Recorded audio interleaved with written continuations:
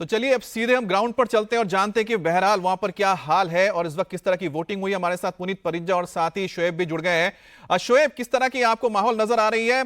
आप जहां पर मौजूद है वो तो गढ़ है हुडास का। बिल्कुल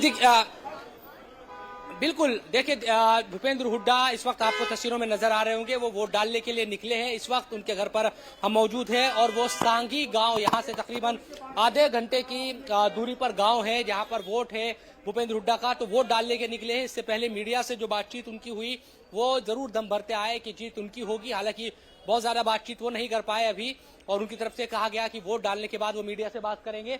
लेकिन यहाँ जो माहौल नजर आ रहा है साफ तौर पर, रोहतक की अगर बात करते हैं, हम सुबह से अलग अलग बूथों पर गए तो कहीं ना कहीं लोग दो तरह की बातें करते दिखाई देते हैं। कुछ लोग कहते हैं कि उन्हें बदलाव चाहिए राज्य में, कुछ लोग ये भी कहते हैं कि उन्हें सरकार की तरफ से जो कामकाज हुआ है वो अच्छा लग रहा है। यानी कि मिली जुली प्रतिक्रियाएं लोगों की तरफ से, वोटरों की तरफ से यहाँ पर दिखाई दे रही है।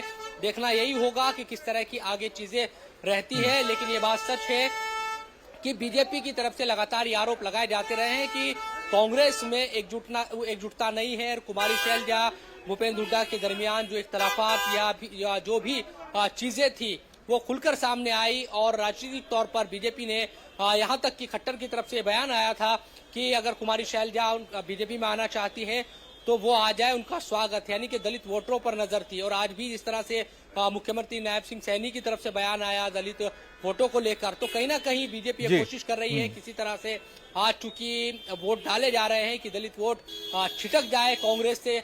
और ये जिस तरह से 2 बार सरकार बनाने में बीजेपी कामयाब हुई है, तीसरी बार भी सरकार बनाने में कामयाब हो। लेकिन जाहिर सी बात है कि चैलेंजर है यहाँ पर शोएब, इस वक्त कांग्रेस और भूपेंद्र हुड्डा उनके सबसे बड़े चैलेंजर के तौर पर सामने तो आ ही रहे हैं। लेकिन पुनीत, आपने तो बात की है मुख्यमंत्री नायब सिंह सैनी से, क्या सबसे बड़ा उनके लिए इस वक्त चैलेंज है सामने? एक तो है कि 10 साल की एंटी इनकम्बेंसी कहीं पर होगी और साथ ही साथ जिस तरह से कांग्रेस के अंदर देखा जा रहा है कि कुमारी शैलजा गुट बन गया है, एक सुरजेवाला गुट भी मौजूद है,